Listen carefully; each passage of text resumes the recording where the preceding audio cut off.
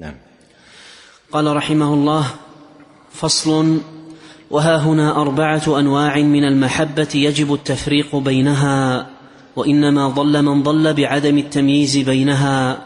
أحدها محبة الله، ولا تكفي وحدها في النجاة من عذابه والفوز بثوابه، فإن المشركين وعباد الصليب واليهود وغيرهم يحبون الله. نعم. هذا الفصل ذكر فيه رحمه الله تعالى أنواع المحبة، وأكد على وجوب التفريق بينها، وأن ضلال من ضل إنما كان بعدم التمييز بين هذه الأنواع وبالخلط بينها.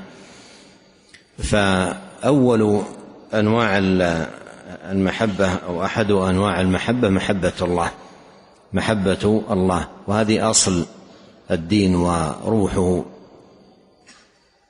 وقال: ولا تكفي وحدها، لا تكفي وحدها بوجود حب في القلب لله إلا إذا أخلص لله. أما إن كان في القلب حب لله ويسوى مع الله غيره فيه فهذا مردود على صاحبه، لأن المشركين يحبون الله وعباد الصليب يحبون الله، لكن حبهم لله ليس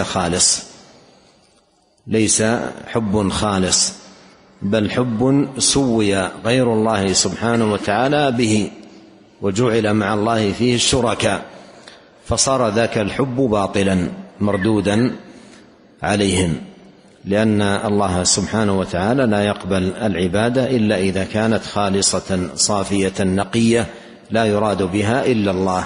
نعم.